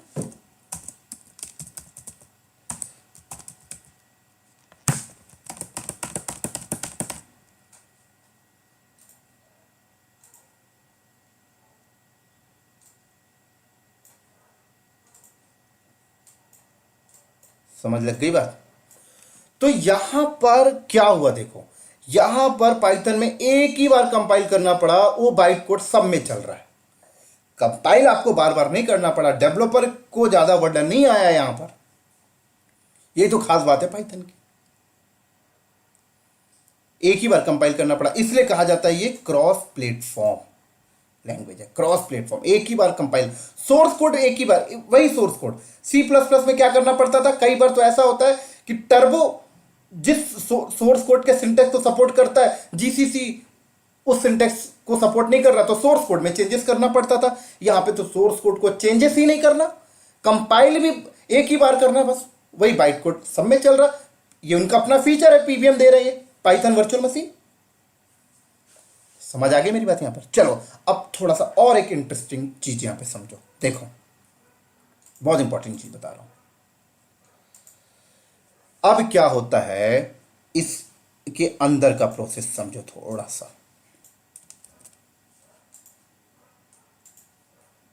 देखो क्या होता है, यहां पर बीच में इंटरप्रेटर भी साथ में काम कर रहा है। कैसे? जिसकी वजह से लोग कहते हैं पाइथन इज अ इंटरप्रेटर। समझाता हूं अभी। पहले सी में आ जाओ। सी में क्या होता था, कंपाइलर सोर्स कोड को उठाता था, पूरे सोर्स कोड को कंपाइल करता था, मशीन कोड बना देता था। अब ये मशीन मशीन कोड यहां पे चल जाती थी। लेकिन अगर हम यहां पर देखें तो पीवीएम क्या करता है पता है? पीवीएम जैसे कंपाइलर सोर्स कोड को कंपाइल किया, कंपाइल होने के बाद बाइट कोड बना, बाइट कोड 4 लाइन का बना। तो अब ये पीवीएम क्या करता है, ये पीवीएम बाइट कोड की पहली लाइन उठाता है, बाइट कोड की पहली लाइन उठाता है, उस पहली लाइन को मशीन कोड में कन्वर्ट करता है। मशीन कोड में कन्वर्ट करने के बाद वो मशीन कोड यहां पे रन होती है, उसके बाद ये मशीन कोड डिलीट हो जाती है। फिर पीवीएम क्या करेगा, इस बाइट कोड के दूसरी लाइन को उठाएगा, दूसरी लाइन को उठा के मशीन कोड में कन्वर्ट करेगा, मशीन कोड में कन्वर्ट करने के बाद उसे यहां पे रन करेगा और रन करके ये मशीन कोड को डिलीट कर देगा। फिर ये पीवीएम क्या करेगा, मशीन कोड बाइट कोड की तीसरी लाइन उठाएगा, तीसरी लाइन को उठा के मशीन कोड में फिर कन्वर्ट करेगा, मशीन कोड में कन्वर्ट होने के बाद उस मशीन कोड को इसमें रन करेगा और फिर इस मशीन कोड को डिलीट कर देगा। फिर बाइट कोड क्या करेगा, फिर पीवीएम क्या करेगा, इस बाइट कोड के चौथी लाइन को उठाएगा, चौथी लाइन को उठाएगा, मशीन कोड में कन्वर्ट करेगा, मशीन कोड में आने के बाद वो मशीन कोड यहां पे रन करेगा और इस मशीन कोड को डिलीट कर देगा। तो ये क्या हो रहा है, इंटरप्रेटेड की टाइप, इंटरप्रेटेड किस तरह से काम कर रहा है, इसी को कहते हैं इंटरप्रेटेड। एक एक करके एक एक लाइन उठा के चलना। ये पीवीएम ऐसा नहीं कर रहा है यहां पर कि बाइट कोड की चारों लाइन उठाए और उसको मशीन कोड में कन्वर्ट करे और रन करे, ऐसा नहीं कर रहा। ऐसा सी करता है। सी क्या करता है, सोर्स कोड को पूरा, सी का कंपाइलर क्या करता है, पूरे सोर्स कोड को उठाया, सोर्स कोड में 50 लाइन है, पूरे सोर्स कोड को उठाया, कंपाइल किया, कंपाइल करके मशीन कोड बनाया, मशीन कोड बनाकर इसे रन कर दिया, यहां पर बात खत्म। राइट? और मशीन कोड भी यहां पर अवेलेबल है। लेकिन यहां पर क्या होता है कि एक लाइन उठाता है, मशीन कोड बनाता है, मशीन कोड बना के उसे रन करता है और रन करके मशीन कोड को डिलीट कर देता है। समझ में आ रही मेरी बात यहां पर? तो इसको, ये जो प्रोसेस होता है इसको कहते हैं इंटरप्रेटेड प्रोसेस। समझ में आ रही? और इसीलिए लोग मार्केट में बोलते हैं Python is a interpreted language. Right? लेकिन पाइथन की एक और खास बात मैं आपको बताता हूं। पाइथन की जो टीम है ना, वो कहती है कि ये वाला जो पोर्शन है ना, ये वाला पोर्शन मैं अपने प्रोग्रामर को नहीं दिखाना चाहती। ये वाला पोर्शन, ये वाला पोर्शन, और ये वाला पोर्शन क्या कर रहा है, ये कंपाइल कर रहा है। ये पोर्शन पाइथन में कंपाइलिंग का हो रहा है। तो पाइथन की जो टीम है वो अपने प्रोग्रामर से ये वाला पोर्शन दिखाती ही नहीं है, वो सिर्फ ये वाला पोर्शन शो करती है। तो ये वाला पोर्शन जब शो करती है तो 99% लोग पाइथन को कहते हैं Python is a interpreted language.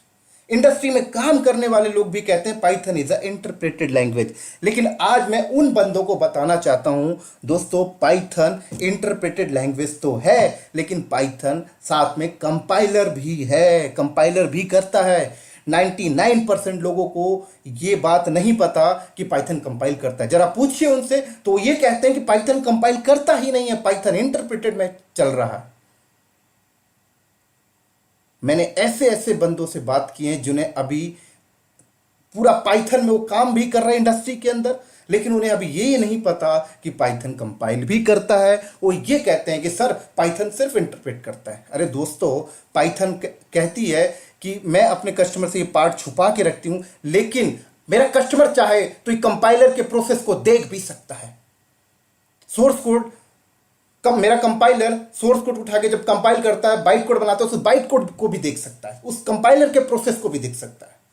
हाँ, मैं अपने कस्टमर को सिंटेक्स वाइज इजी रखने के लिए, ये तामझाम ना दिखाने के लिए, मैं फेमस ही इस बात पे हूं कि पाइथन इज इजी लैंग्वेज है, इसलिए मैं अपने कस्टमर को ये चीज नहीं दिखाती। कस्टमर को सिर्फ ये वाला चीज दिखता है, तो कस्टमर को अंदर की बात पता ही नहीं होती। कई प्रोग्रामर कहते हैं कि पाइथन कंपाइल करता ही नहीं, पाइथन इंटरप्रेट करता है। लेकिन आज मैं आपको बता दूं, पाइथन कंपाइल पहले करता है, बाद में इंटरप्रेट का प्रोसेस स्टार्ट होता है। और ये चीज मैं ऐसे नहीं बोल रहा, ये चीज मैं प्रैक्टिकल में दिखाऊंगा आपको, कंपाइलर के प्रोसेस, पाइथन में कंपाइल का प्रोसेस मैं आपको प्रैक्टिकल में दिखाऊंगा, कंपाइल करके बाइट कोड बनाएगा, उस बाइट कोड को मैं आपको दिखाऊंगा, तब जाके आपको प्रूफ होगा। तो नेक्स्ट वाले लेक्चर में जब हम पहुंचेंगे प्रैक्टिकल में, सारा पहले मैं आपको यही करके दिखाऊंगा, क्योंकि प्रूफ तो तभी होगा ना, राइट? क्योंकि बहुत सारे बंदे इस लेक्चर को तैयार होने के बाद बहुत सारे बंदे पढ़ेंगे इस लेक्चर को, और जो पाइथन में काम कर रहे हैं और जो जिन्हें अभी तक पता नहीं है कि पाइथन कंपाइल करता है, तो मेरी बात को काटेंगे, तो मैं प्रूफ करूंगा इस प्रैक्टिकल को, तभी जाके उन्हें विश्वास होगा, राइट? तो उम्मीद करता हूं आपको समझ लग गया होगा, राइट? अब कई बार इंटरव्यू में पूछा जाता है कि भाई यहां पे इंटरप्रेटेड कहां है, तो इंटरप्रेटेड जो होता है ना, पीवीएम के अंदर होता है। जैसे पीवीएम इंस्टॉल किया तो पीवीएम के अंदर ही इंटरप्रेट होगा, यहां पे इंटरप्रेटेड होगा। समझ में आ गया? तो इंटरप्रेटर जो होता है वो पीवीएम का ही सब पार्ट है एक प्रकार से। तो उम्मीद करता हूं सारी चीज आपको समझ लग गई होगी,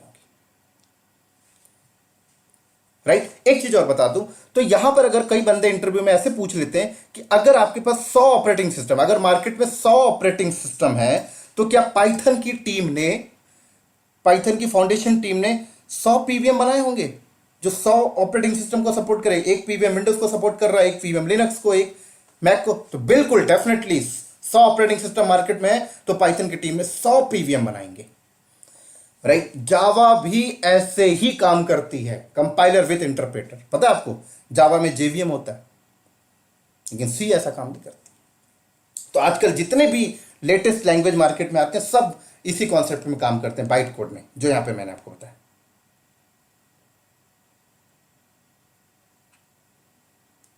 राइट? उम्मीद करता हूं दोस्तों समझ लग गई होगी। चलो अब थोड़ा सा और आगे चलते हैं,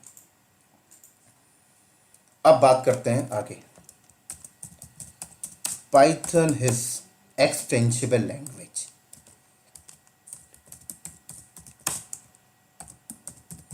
क्या मतलब है पाइथन इज एक्सटेंसिबल लैंग्वेज? समझाता हूं। देखो, एक नया टैब ओपन करते हैं।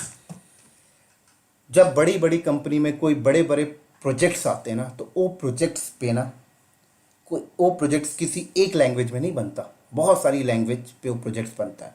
जैसे कंपनी में एक नया प्रोजेक्ट्स आया, तो उसके कुछ पार्ट मान लीजिए पाइथन में लिखे गए, पाइथन में उसकी कोडिंग हुई कुछ पार्ट की,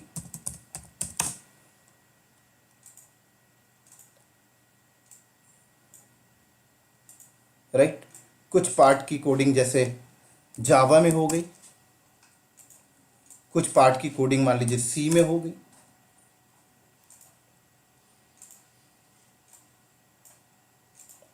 कुछ पार्ट की कोडिंग मान लीजिए C++ में होगी। तो अब एक प्रोजेक्ट में 4 लैंग्वेज हो गई, राइट? तो अब मेरे को यहाँ पर पाइथन को कोड को कॉल कराना पड़ेगा जावा पे, पाइथन के कोड को मुझे सी पे, राइट? तो Python as a primary language use कर रहा हूं मैं, और ये तीनों as a secondary language use कर रहा हूं। तो यहां पर क्या हुआ, देखो, पाइथन से मुझे जावा पे भी कॉल, जावा के कोड को भी कॉल करना पड़ा, पाइथन से सी को भी, और पाइथन से C++ को। तो ये एक प्रकार से एक्सटेंड हो गया पूरा। तो इसको हम लोग कहते हैं एक्सटेंसिबल लैंग्वेज। तो पाइथन के अंदर ये फीचर है कि आप पाइथन से किसी अदर लैंग्वेज में भी कॉल करा सकते हैं। और अभी करंट में देखा जाए तो 28-29 ऐसे लैंग्वेज हैं जिसको कॉल कर सकते हैं पाइथन से। तो इसलिए पाइथन को कहा जाता है एक्सटेंसिबल लैंग्वेज। तो अगर आप यूट्यूब में देखें तो यूट्यूब जो बना है उसमें उसके कुछ पार्ट पाइथन में लिखे गए, कुछ सी में, कुछ जावा में। तो कहीं ना कहीं यहां पर देखा जाए पाइथन इज एक्सटेंसिबल लैंग्वेज है, राइट? ऐसा कैसे होता है? इसके लिए पाइथन की जो टीम है वो पाइथन को डिफरेंट डिफरेंट लैंग्वेज में इंप्लीमेंटेशन की गई है। समझ सकते हैं यहां पर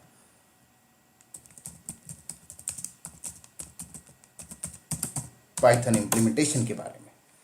तो पाइथन को डिफरेंट डिफरेंट लैंग्वेज में इंप्लीमेंटेशन की गई है। पाइथन को सी लैंग्वेज में भी इंप्लीमेंटेशन की गई है, पाइथन की इंप्लीमेंटेशन जावा में भी की गई है। पाइथन की इंप्लीमेंटेशन आप देखा जाए यहाँ पर तो C++ में भी की गई है। पाइथन की इंप्लीमेंटेशन अगर हम बात करें तो यहाँ पर .NET में भी की गई है, राइट? तो पाइथन की इंप्लीमेंटेशन डिफरेंट डिफरेंट लैंग्वेज में की गई है। तो एक बार पहले ये समझो कि लैंग्वेज की इंप्लीमेंटेशन होती कैसे। पहले तो एक बार ये समझ में आए, तब आप लोग, क्योंकि आपके दिमाग में डाउट होगा कि सर आप कैसे बात करें, पाइथन को सी में भी लिखी गई, जावा में लिखी गई, क्यों लिखी गई सी में? जब पाइथन को सी में ही लिखी गई तो हम सी ही यूज करते हैं। कई लोग ऐसा बोलते हैं, समझाता हूं। देखो क्या होता है, जैसे सी लैंग्वेज जब बनी मार्केट में, तो सी लैंग्वेज के सिंटेक्स बहुत लेंथी है। सी लैंग्वेज के सिंटेक्स बहुत लेंथी हैं। तो पाइथन को डेवलप करने वाला जो डेवलपर है, जो बंदा है ग्यूडो वैन रॉसम, उसको पसंद नहीं आया सी। तो उसने क्या किया, सी लैंग्वेज को उठाया और कोडिंग करना स्टार्ट कर दिया। ये फटाफट उसने कोडिंग की, कोडिंग करके उसने क्या किया, इस कोड को डब्बे में पैक किया और एक फंक्शन से कॉल करा दिया। ये लो भाई, प्रिंट नाम का फंक्शन, ये प्रिंट नाम का फंक्शन से कॉल करा दिया। तो ऐसे ही उस बंदे ने बहुत सारी कोडिंग की और बहुत सारे फंक्शन के साथ उसने कॉल करा दिया, और उन सारे फंक्शन को ले जाके रख दिया कहां, अपनी लाइब्रेरी बनाया, उस लाइब्रेरी में रख दिया और ऐसे कंपाइलर बना लिया। और लोगों को कहा कि यार आप ना आपको कुछ सॉफ्टवेयर बनाना है, अच्छा अब आपको ना सी में इतनी सारी कोडिंग करने की जरूरत नहीं है, मैंने कोडिंग कर करके फंक्शन बना दिए, आप ये फंक्शन उठाइए, मेरे सिंटेक्स को फॉलो करिए, मेरे मैथमेटिकल को फॉलो करिए, और ये लीजिए मैंने एक आपको नई लैंग्वेज बना के दे दी।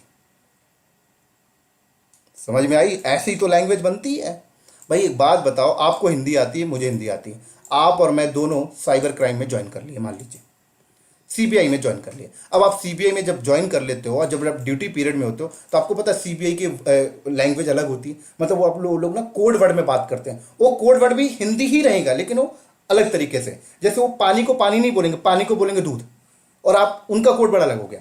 तो उन्होंने अपनी एक लैंग्वेज तैयार की। कहां से तैयार की? बेस क्या है? हिंदी। तो ऐसे ही पाइथन के जो डेवलपर है, उन्होंने सी लैंग्वेज को ही मॉडिफाइड कर करके, सी लैंग्वेज में ही कोडिंग कर करके और फंक्शन बना के, वो फंक्शन को लाइब्रेरी में रख के अपना कंपाइलर बना के हमें दे दिया। बोला कुछ भी काम करना है, सॉफ्टवेयर बनाना है, ये बहुत सारे फंक्शन मैंने बना रखे हैं, ये उठाइए और अपना काम मेरे मैथमेटिकल, मेरे सिंटेक्स के तौर पे फॉलो करके ले जाइए। तो ये एक लैंग्वेज, ऐसी तो लैंग्वेज बनती है। तो ऐसे ही पाइथन को सी में भी डेवलप किया गया, पाइथन को जावा में भी डेवलप किया गया। ऐसा क्यों किया गया? ऐसा किया गया तभी तो पाइथन एक्सटेंसिबल का फीचर प्रोवाइड करती है। समझ आ रही मेरी बात यहां पे? तो पाइथन को देखा जाए, पाइथन के इंप्लीमेंटेशन तो 26, 27, 28 इंप्लीमेंटेशन है पाइथन के। जैसे एक आपको है सी पाइथन, जाइथन, राइट, ऐसे आयरन पाइथन, पाई बहुत सारे मिल जाएंगे। समझ में आ गई? तो ये सी पाइथन, जाइथन, ऐसे iron Python, pi and number of है, 27, 28, आप गूगल करेंगे आपको मिल जाएगा। क्लियर? तो ये सी पाइथन नाम से ही पता लगता है सी में लिखी गई, जाइथन देखा जाए तो जावा में लिखी गई, राइट। तो उम्मीद करता हूं सारे टर्म्स आपको समझ लग गए होंगे। चलो अब और आगे चलते हैं थोड़ा। अब हम लोग बात करते हैं पाइथन हिस्ट्री के बारे में। हिस्ट्री का मतलब पाइथन को बनाया किसने और पाइथन के कितने वर्जन हैं। तो पाइथन को बनाने वाले बंदे का नाम है ग्यूडो वैन रॉसम,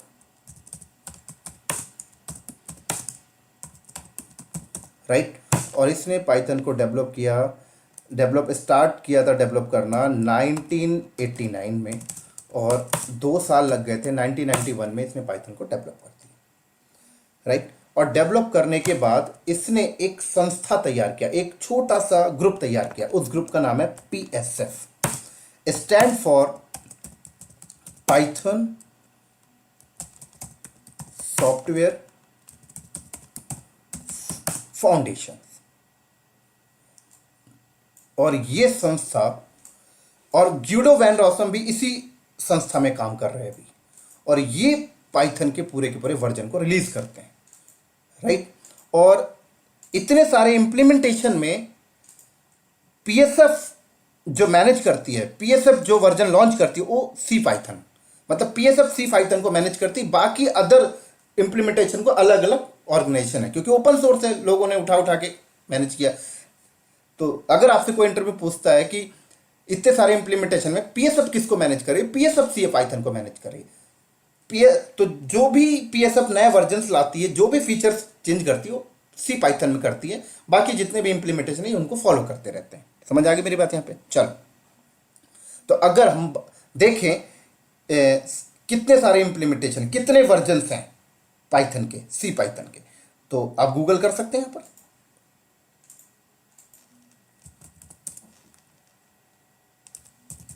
पाइथन वर्जन हिस्ट्री,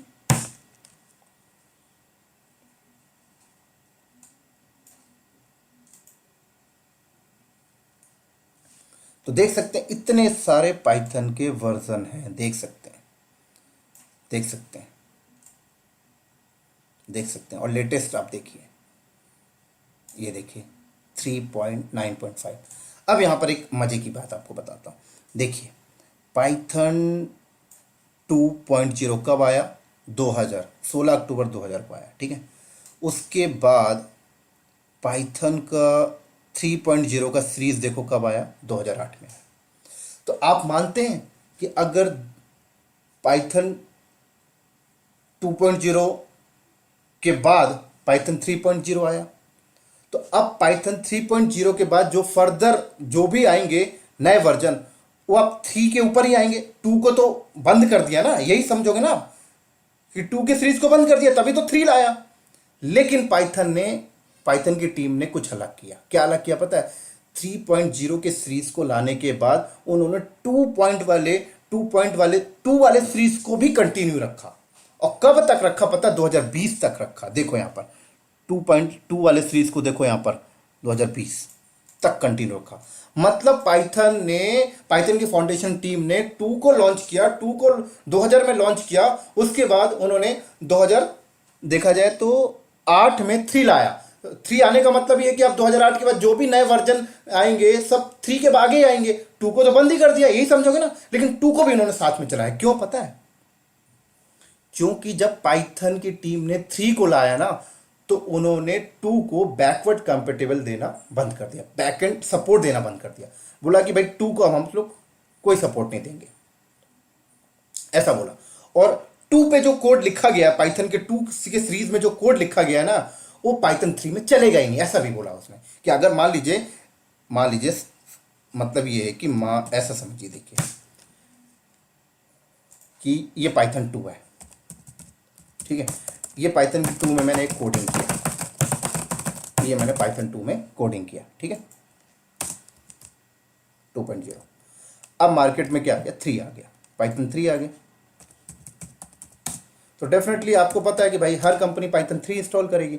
और मान लीजिए अगर मैंने अपने सर्वर पे पाइथन 3 इंस्टॉल किया, लेकिन मेरी कोडिंग पाइथन 2 में लिखी गई है। मेरी कोडिंग क्या है? पाइथन 2 में लिखी गई है।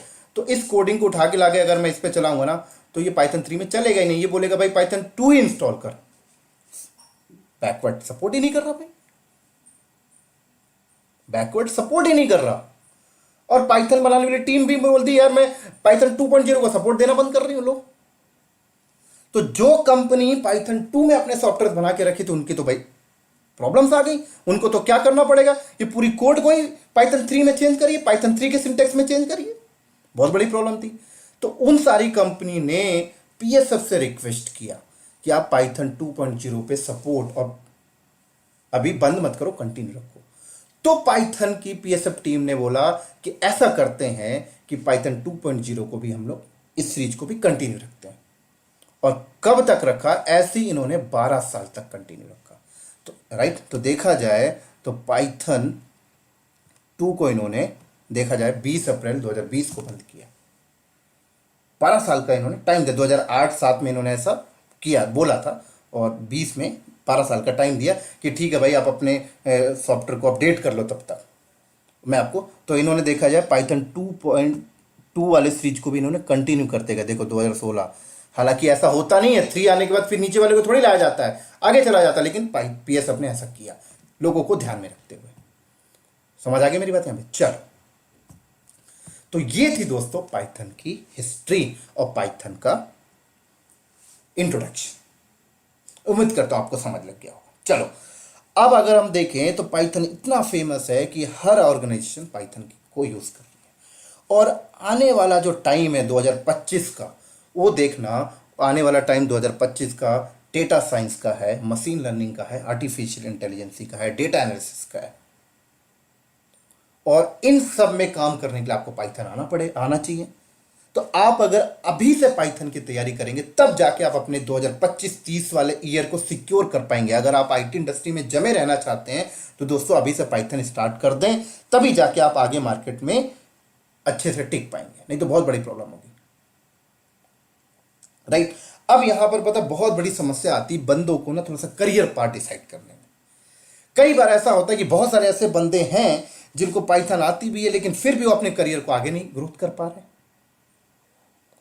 बहुत सारे ऐसे बंदे हैं जिनको एडमिन आता है, लिनक्स आता है, डॉकर कुबरनेटिस पूरा डेवऑप्स आता है, लेकिन फिर भी वो अपने आप को ग्रोथ नहीं कर पा रहे। ऐसा क्यों भाई? बहुत सारे मार्केट में ऐसे बंदे आपको मिलेंगे जिनको पाइथन क्या सी भी आता है, जावा भी आता है, पाइथन भी आता है, सी प्लस प्लस भी आता है, डॉटनेट भी आता है, लेकिन फिर भी ग्रोथ नहीं कर पाते। बहुत सारे मार्केट में ऐसे बंदे जो पूरा डेवऑप्स जाते हैं लेकिन फिर भी ग्रोथ नहीं कर पा रहे। कहां पे समस्या आती है? चलो, जो बंदे अच्छे से डेवलपमेंट जानते हैं, जो बंदे अच्छे से कोडिंग जानते हैं, जो सी को अच्छे से जानते हैं, राइट, जावा को अच्छे से जानते हैं, पाइथन को अच्छे से जानते हैं, वो चलो कहीं ना कहीं अपने आप को सिक्योर कर लेते हैं। वो गूगल जैसी कंपनी में ज्वाइन कर लिए, करोड़ों का पैकेज उनको मिल जाता है। फेसबुक में ज्वाइन कर लिया, करोड़ों का पैकेज उनको मिल जाता है। लेकिन जो डेवऑप्स इंजीनियर है वो देखा जाए तो 40-50 लाख के ही पैकेज में टिका रहता है, पूरी लाइफ खत्म हो जाती है। अगर डेवऑप्स इंजीनियर की बात करें, जाना चाहता है 1 करोड़ के पैकेज में, तो कौन कंपनी देगी भाई डेवऑप्स इंजीनियर को 1 करोड़ का पैकेज? तो 1 करोड़ का पैकेज डेवलपर तो चलो ठीक है, कोर लेवल पे डेवलपमेंट कर रहा है, प्रोडक्ट बेस्ड कंपनी में काम कर रहा है, तो करोड़ रुपए का पैकेज उसे गूगल दे देती है, गूगल दे देगी, याहू दे देगी, फेसबुक दे देगी। लेकिन डेवऑप्स इंजीनियर चाहता है कि मैं भी करोड़ के पैकेज में जाऊं, तो क्या उसे एचसीएल देगी करोड़ का पैकेज? क्या उसे टीसीएस देगी इंडिया में? क्या उसे विप्रो देगी? कोई डेवलपमेंट थोड़ी कर रहा है, कोई प्रोडक्ट थोड़ी बना रहा है, सर्विसेज दे रहा है यार। तो सर्विसेज बेस बंदों को कितना मिलता है? ज्यादा से ज्यादा 40-50। अब बाहर चले गए तो 80 लाख हो गए, 90 लाख हो गए, 1.5 करोड़ हो गया, चलो मान लो। लेकिन जब मोटा पैसा अगर आपको चाहिए आईटी इंडस्ट्री में, तो आपको ये क्रोनोलॉजी समझनी पड़ेगी, डेवऑप्स विथ लैंग्वेज कैसे कमाया जाए पैसा। अभी समझाता हूं आपको 10 मिनट में। देखो, उसके लिए आपको गूगल जैसी कंपनी में जाना होगा इंटरव्यू देने। और गूगल जैसी कंपनी में अगर आप इंटरव्यू देने जाते हैं तो सिर्फ डेवऑप्स की नॉलेज से काम नहीं बनेगा, आपको पास प्रोग्रामिंग लैंग्वेज होनी चाहिए। क्या होनी चाहिए? आपके पास प्रोग्रामिंग लैंग्वेज होनी चाहिए। क्योंकि अगर आप गूगल जैसी कंपनी में जाते हैं इंटरव्यू देने, डेवऑप्स इंजीनियर एज अ हो आप, और गूगल जैसी कंपनी में इंटरव्यू देने जाते हैं, तो वहां पर आपको ये सारी चीजें नहीं पूछा जाता कि बताइए नोड क्या होता है, क्लस्टर क्या होता है, कैसे। आपको सिनेरियो दिया जाता है, आपको कहा जाता है कि आपको एक प्रोजेक्ट आया आपके पास, एक वेब एप्लीकेशन आपको डिजाइन करवाना है, ऐसे बोला जाएगा। एक वेब एप्लीकेशन आपको डिजाइन करना है, और उस वेब एप्लीकेशन की पूरी डिजाइनिंग, पूरी कोडिंग, पूरी प्रोग्रामिंग से लेके उसकी इंप्लीमेंटेशन, उसका कस्टमर लोड, पूरा का पूरा डेटाबेस मैनेजमेंट, एप्लीकेशन मैनेजमेंट, उसका बैकअप मैनेजमेंट, पूरा आपको एक्सप्लेन करिए कैसे करेंगे। पूरा वेब एप्लीकेशन की डिजाइनिंग के साथ साथ पूरा आपको डायग्राम में एक्सप्लेन करना पड़ता है। वो आपको मार्कर दे देंगे, आपको बोर्ड आपके सामने रहेगा, आपको 45 मिनट 1 घंटा आपको पूरा समझाना पड़ेगा, जैसे ये मैं आपको समझा रहा हूं। तब जाकर आपको करोड़ों का पैकेज मिलेगा। कैसे समझाता हूं, देखो। अगर हम यहां पर देखें, मान लो अगर मैं आपके सामने एक एग्जांपल लेता हूं, आपको बोला गया कि एसबीआई बैंक जो है ना, इसकी पूरी इनिशियल स्टेज से आपको डेवलपमेंट करना, पूरा का पूरा वेब एप्लीकेशन सब कुछ करना है। तो कैसे करेंगे? आपने जैसे यहां पर लगा दिया वेब सर्वर, ठीक है। अब वेब सर्वर के लिए आप क्या करना पड़ता है? वेब सर्वर के लिए वेब डिजाइनिंग करनी पड़ेगी आपको, है ना। तो वेब डिजाइनिंग के लिए क्या होता है भाई? वेब डिजाइनिंग जो होते हैं ज्यादातर किस में होते हैं? आपके HTML में, CSS, जावास्क्रिप्ट, राइट। इसमें आप वेब डिजाइनिंग करेंगे, और वेब डिजाइनिंग करके आप अपना वेब सर्वर रेडी करेंगे। तो कहीं ना कहीं देखा जाए, अगर आप गूगल जैसी कंपनी में जाना चाहते हैं तो आपको HTML, CSS या जावास्क्रिप्ट तीनों में कोई एक आनी चाहिए, तभी आप वेब डिजाइनिंग के बारे में नॉलेज रखेंगे। चलो, आपने वेब डिजाइनिंग कर दी, अब बात आती है भाई एप्लीकेशन की भी इम्प्लीमेंटेशन करनी है, एप्लीकेशन भी बनानी है। तो एप्लीकेशन बना दिया आपने, चलो एप्लीकेशन किस लैंग्वेज में बनेगी अभी भी पूछा जाएगा आपसे, पूछा नहीं बनवाया भी जाएगा आपसे। तो चलो ठीक है, एप्लीकेशन बनाने के लिए आप यूज कर लिया आपने, पाइथन यूज कर लो, चलो जावा यूज कर लो, कोर जावा, सी यूज कर लो, C++ यूज कर लो, .NET यूज कर लो एप्लीकेशन बनाने के लिए। एप्लीकेशन बनाया और आपने अपनी एप्लीकेशन इस सर्वर पे रन कर दिया। तो ये हो गया आपका वेब सर्वर, ये हो गया आपका एप्लीकेशन सर्वर। अब बोला गया डेटाबेस मैनेजमेंट भी आपको करना है, तो आप डेटाबेस मैनेजमेंट भी लो भाई, डेटाबेस की भी डिजाइनिंग करो। ये डेटाबेस रहा। अब डेटाबेस आप कौन सा यूज कर रहे हो, ऑरेकल का, माईसीक्वल का, सीक्वल का, जो भी आपको यूज करना है। यहाँ पे डेटाबेस की भी फिर आपको नॉलेज होनी चाहिए, डेटाबेस मैनेजमेंट की। चलो मैंने ऑरेकल का यूज कर लिया। अब डेटाबेस मैनेजमेंट भी आप देख रहे हो, एप्लीकेशन भी मैनेजमेंट भी आपको ही देखना है, वेब डिजाइनिंग भी आपको देखना है, पूरा आपको देखना है। उसके बाद कहा गया भाई डेटाबेस में जो डेटा आएगा उसको, उसके लिए स्टोरेज लगाना है, तो लोग स्टोरेज मैनेजमेंट की भी नॉलेज हो, स्टोरेज की भी नॉलेज हो आपको, सैन स्टोरेज रखना है, नैस रखना है, क्या रखना है भाई। आप पूरी की पूरी SBI की एप्लीकेशन पूरा इनिशियल स्टेज से आप डेवलप कर रहे हो, पूरा स्ट्रक्चर बना रहे हो। ऐसा नहीं कि डेवलप करके बस छोड़ दो, पूरा आर्किटेक्चर डिजाइन करो, पूरा इंप्लीमेंटेशन करो, कस्टमर के लोड को देखो, सब कुछ देखना पड़ेगा भाई आपको। तभी तो आपको गूगल में मिलेगा ना 3 करोड़, 4 करोड़, 5 करोड़, 7 करोड़ का पैकेज। समझ आ रही मेरी बात यहाँ पे। ये पूरी अभी पूरी डिजाइनिंग कंप्लीट हुई मान लीजिए, तो कहा गया भाई इसको इंटरनेट में एक्सपोज करो, तो ये लो भाई यहाँ पे इंटरनेट में एक्सपोज किया गया। ये रहे आपके कस्टमर भाई साहब।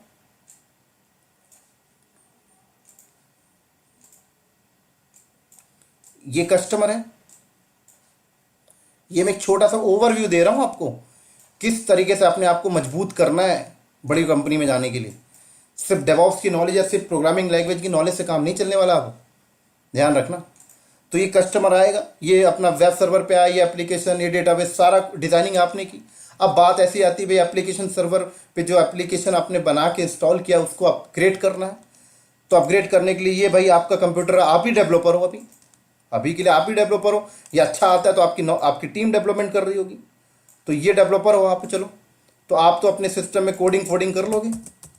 कोडिंग करने के बाद उसको कैसे यहाँ तक लेके जाया जाए, तो उसके लिए कंपनी बोलेगी भाई, कंपनी को आपको बताना पड़ेगा। कंपनी कुछ नहीं बोलने वाली, वो आपको पूरा एक्सप्लेन करना है कि यहाँ पे मैं गिट यूज कर लूंगा, गिटहब यूज कर लूंगा, source code management, GitHub use कर लूंगा। गिटहब यूज करने के बाद मैंने यहाँ पे जेनकिंस यूज कर लिया लो भाई कंपाइलिंग के लिए, जेनकिंस यहाँ पे यूज कर लिया मैंने।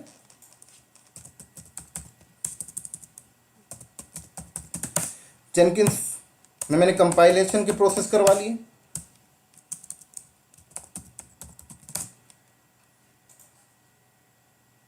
राइट, कंपाइलेशन प्रोसेस होने के बाद ये लो भाई यहाँ पे इंस्टॉल कर दिया।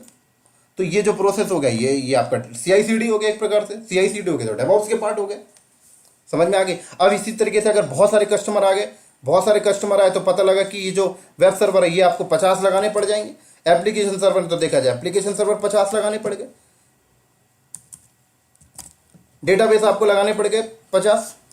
तो जब इसने 50 हो गए तो देखा गया भाई कंपाइल करने के बाद पहले एक में इंस्टॉल कर रहे थे, अब 50 में करना है, तो आप बोला गया ले भाई यहाँ पे तो एंसिबल लगा ले, तो ले भाई आपके डेवऑप्स का एक और टूल जुड़ गया आपके पास।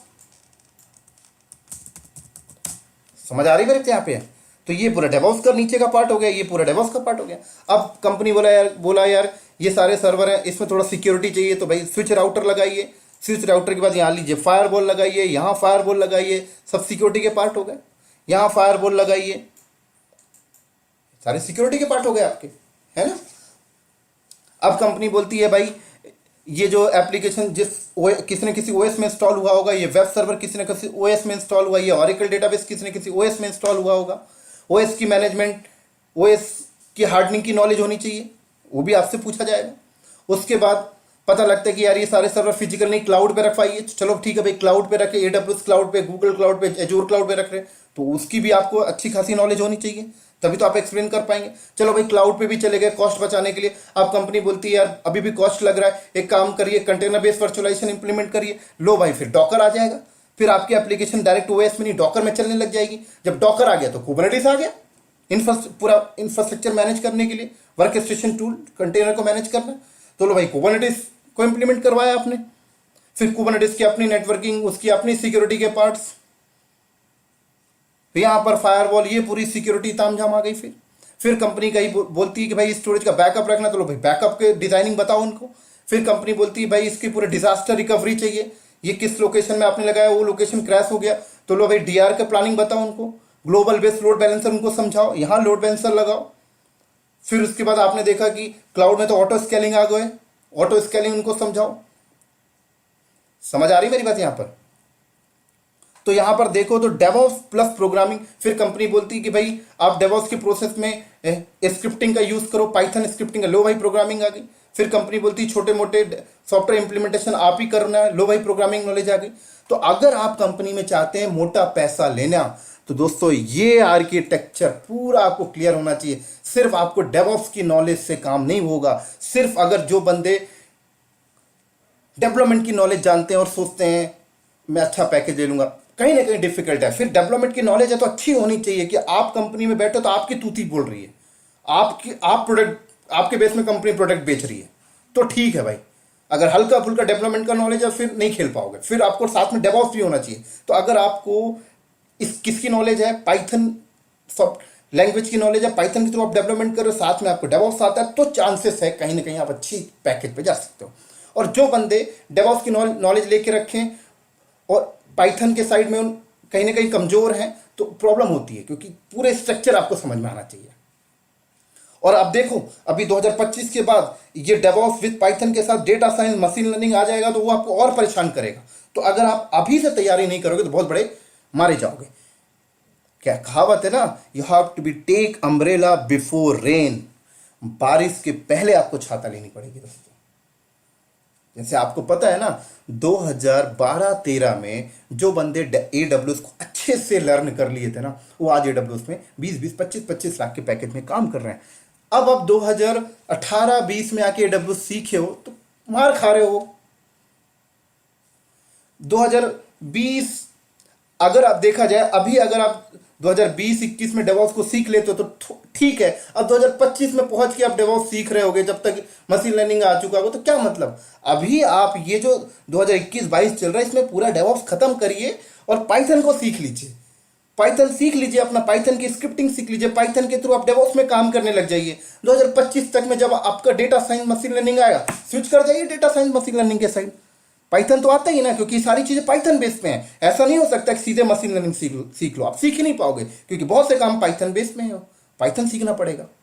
समझ आ रही मेरी बात यहाँ पे? तो चलो, तो अब बात करते हैं कि मैं यहाँ पे पाइथन को किस लेवल पे डिलीवर करूंगा आपके साथ। तो दोस्तों पाइथन को सबसे पहले मैं कोर लेवल पे डिलीवर करूंगा, पूरा बेसिक। जैसे मैंने अभी आपको बताया, पूरा डेवलपमेंट में आपको ऐसा फील होगा कि यार मैं डेवलपर बन चुका हूं। इस लेवल में मैं पाइथन को स्टार्ट करूंगा। उसके बाद जब हम लोग कोर लेवल के पाइथन को कवर कर लेंगे, तो फिर मैं पाइथन को थोड़ा सा मोड़ के डेवॉप्स के साइड लेके जाऊंगा। मतलब पाइथन को डेवॉप्स में कैसे यूज करते हैं वो बताऊंगा। किसी कंपनी में डेवॉप्स में काम चल रहा है, वो पाइथन यूज कर रहे हो, कैसे क्या कर रहे हैं वो बताऊंगा। AWS के साथ कैसे करते हैं वो बताऊंगा। फिर हम लोग डेवॉप्स, पाइथन को डेवॉप्स के साथ कैसे यूटिलाइज करते हो सीखने के बाद, फिर हम लोग अपने पाइथन के एडवांस के साइड चले जाएंगे, डिजाइंगो। फिर हम लोग डिजाइंगो में देखेंगे कैसे पाइथन के एडवांस में वेब एप्लीकेशंस वगैरह कैसे बनाते हैं। ये हम लोग सीख लेंगे 22-23 तक, 24 तक सीख लेंगे, सन 2024 तक। फिर जब 25 आएगा तो हम लोग अपने ट्रैक पे आ जाएंगे, जो हमारा फ्यूचर है, machine learning, artificial data analysis, इस साइड चलेंगे। और 2035 तक यही चलने वाला है। और ये गूगल कंपनी का बोला गया है। गूगल कंपनी ने बोला है कि पाइथन एक ऐसी लैंग्वेज है जो आने वाले इंडस्ट्री में कहीं ना कहीं 15 से 20 साल रहेगी। तो सोच लें पाइथन की इंपॉर्टेंस। तो उम्मीद करता हूं सारी चीजें आपको समझ लग गई होंगी। इसी के साथ साथ इस वीडियो को मैं करता हूं यहीं पे स्टॉप। अगले वीडियो में हम लोग मिलेंगे पाइथन के प्रैक्टिकल के साथ। तो उम्मीद करता हूं सारा सिंटेक्स आपको समझ में आ गया होगा। मिलते हैं हम लोग नेक्स्ट वीडियो में बहुत ही जल्दी पाइथन के प्रैक्टिकल के साथ। तब तक के लिए दोस्तों बाय बाय।